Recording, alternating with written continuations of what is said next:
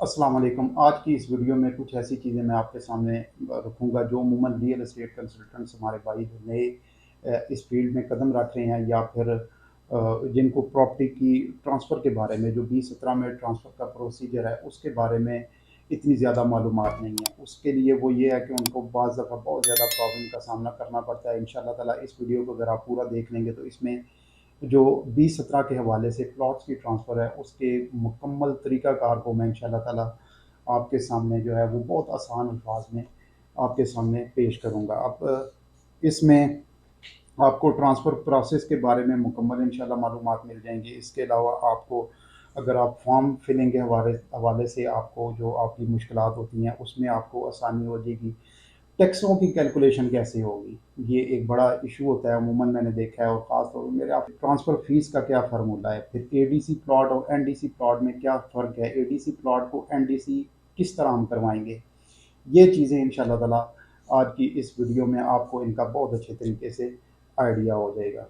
जब आपकी deal mature होती है और अब आपका जो टाइम है वो ट्रांसफ़र करवाने का है, तो उसके लिए आपने सेलर से उसका ट्रांसफ़र लेटर है, उसकी फ़ोटोकॉपी मँगवानी है, उसकी एक आपने पासपोर्ट साइज़ पिक्चर मँगवानी है, उसकी जो आईडी कार्ड है, उसकी आपने फ़ोटोकॉपी मँगवानी है। इसी तरह परचेज़र से आपने उसकी एक पासपोर्ट साइज़ पिक्चर और इसके अलावा आपने उसका जो है आईडी कार्ड वो मँगवाना है।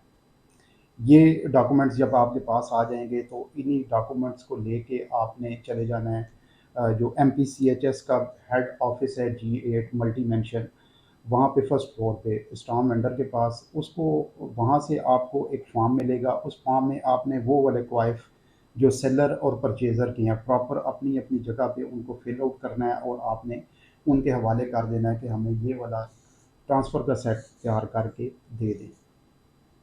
इस ट्रांसफ़र सेट की तैयारी के दौरान ये आपका तकरीबन आधा पौना घंटा लग जाएगा। इस दौरान आपने जो है वो जो सेलर की तरफ से टैक्सेस हैं और जो परचेज़र की तरफ से टैक्सेस हैं उनको आपने बैंक में जाके जमा करवा देना है। टैक्सेस की डिटेल इंशाअल्लाह ताला इसी वीडियो के अगले पार्ट में इसी जगह पे आ जाएगी कि टैक्सेस आपने किस तरह कैलकुलेट करने हैं, वो मैं आपको इंशाअल्लाह ताला साथ बहुत अच्छे तरीके से ब्रीफ कर देता हूँ।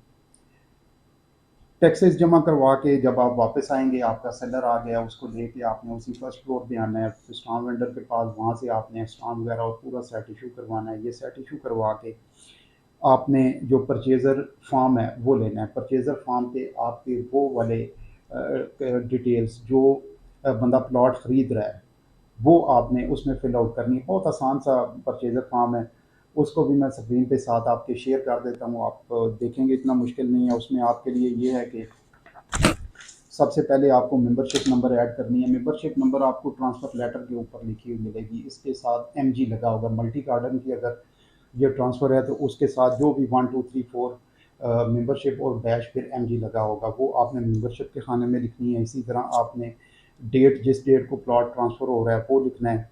इसी तरह फिर आगे आपको साइज़ मिलेंगे 25 50 30 60 35 70 और 40 80 50 90 जिस साइज़ का प्लॉट आप ट्रांसफ़र करवा रहे हैं उस साइज़ के ऊपर आपने टिक कर देनी है। फिर इसके आगे जो आ जाता है application for membership of plot in scheme आगे मल्टी गार्डन्स 2017 एक्सटेंशन ये आपने इसमें फिल आउट करना है। ये करने के बाद आगे फुल नेम आ जाएगा। फुल नेम में और ये आप एक चीज़ आप अपने ज़हन में रखेंगे, ये पूरा जो परचेज़र एप्लीकेशन फॉर्म है ये आपने कैपिटल लेटर्स में फिल करना है। इसमें कोई भी किसी जगह पे भी आपने स्मॉल लेटर्स का इस्तेमाल नहीं करना।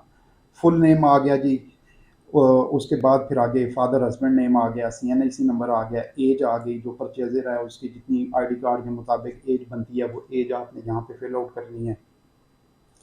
ऑक्यूपेशन आ गया, उसका जो पेशा है वो आप दर्ज करेंगे। Telephone number, cell number, email, mailing address, permanent address ये आपने ऐड करना है। इसके बाद आ जाता है under section 27 of the cooperative societies act 1925 I nominate as next of kin. अब नेक्स्ट ऑफ किन की आपने डिटेल्स यहाँ पे मेंशन करनी है। नेम जो है नेक्स्ट ऑफ किन का ये कैपिटल्स में आपने यहाँ पे ऐड करना है। फिर इसी तरह वो son of, wife of, daughter of जो भी है वो आपने इसमें दर्ज करना है। इसी तरह फिर आगे आप आएंगे तो यहाँ पे आपको एज का एज का मिलेगा। वहाँ पे आपने उसी बंदे की जो नेक्स्ट ऑफ किन है उसकी एज दर्ज करनी है सालों में। फिर इसका जो रिलेशनशिप है परचेज़र के साथ, वो आपने इस जगह पे ऐड कर देना है और नीचे इसका एड्रेस आ जाएगा।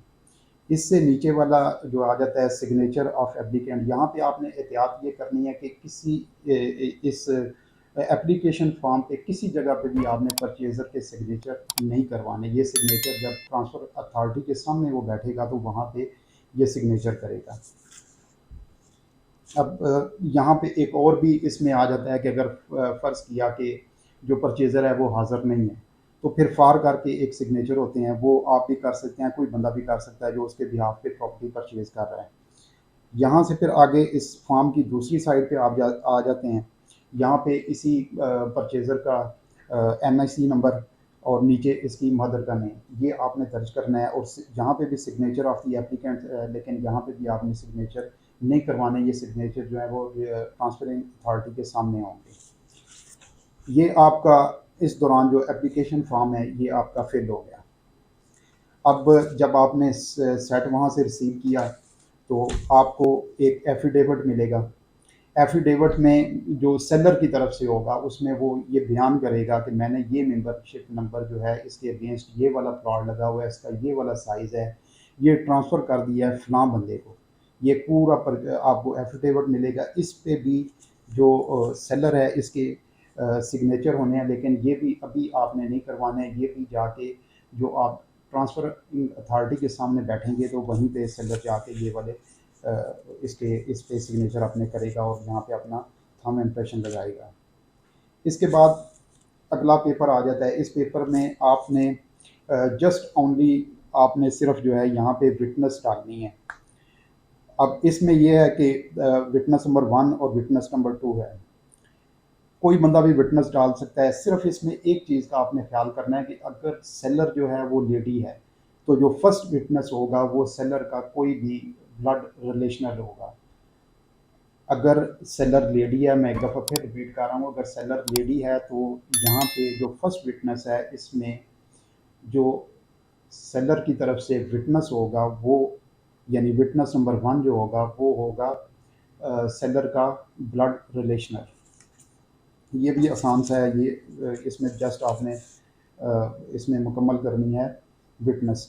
अब इसके बाद अगला फॉर्म आ जाएगा। इसमें सिर्फ आपने दो तस्वीरें पेश करनी है। जो ऊपर सेलर वाला ऊपर वाला पोर्शन जो है वो सेलर की तरफ से है, वहाँ पे आपने सेलर की फ़ोटोग्राफ लगानी है और नीचे वाला पोर्शन जो है ये वाला परचेज़र की तरफ से है, यहाँ पे आपने सिर्फ परचेज़र की फ़ोटोग्राफ लगानी है। तो ये आपका तकरीबन आपका जो ट्रांसफ़र सेट है इसमें अभी आपके ज़िम्मे कोई ऐसी चीज़ नहीं है जो आपने लिखनी है। पहले आपने एप्लीकेशन फॉर्म फिल कर लिया, उसके बाद आपने इसके साथ एफिडेविट लगा दिया, उसके नीचे आपने वो वाला फॉर्म लगा दिया जिसमें आपने 2 विटनेस डालनी है, फिर उसके नीचे आपने वो वाला फॉर्म लगा दिया जिसमें आपने 2 तस्वीरें लगानी है सेलर और परचेज़र। अब ये सेट तैयार करके इसके साथ आपने जो ट्रांसफ़र लेटर है वो साथ लगाना है ओरिजिनल। इसके अलावा मल्टी की तरफ से कोई भी ऐसी चीज़ जो सेलर को डिस्पैच हुई हुई है, कोई भी ऐसा लेटर जो है जो सेलर के पास है वो भी इसके साथ अटैच कर देना है। अगर एनडीसी हुआ है तो एनडीसी आपने इसके साथ अटैच करना है। अगर इसमें पोजेशन लेटर उसके पास है तो पोजेशन लेटर भी इसमें साथ इसके अटैच किया जाएगा। ये कंप्लीट करने के बाद अब आपने जो भी आपने टैक्सेस वगैरह जमा करवाए हैं, इनमें सेल्स टैक्स है, इसमें गेन टैक्स है, इसमें एडवांस टैक्स है, जो आपने जमा करवाए हैं उनकी रसीदें भी इसी के साथ लफ हो जाएंगी। फिर इसके बाद आप ये सेट आपका रेडी है, आपने जाके ट्रांसफ़र अथॉरिटी के सामने ये जमा करवा देना है।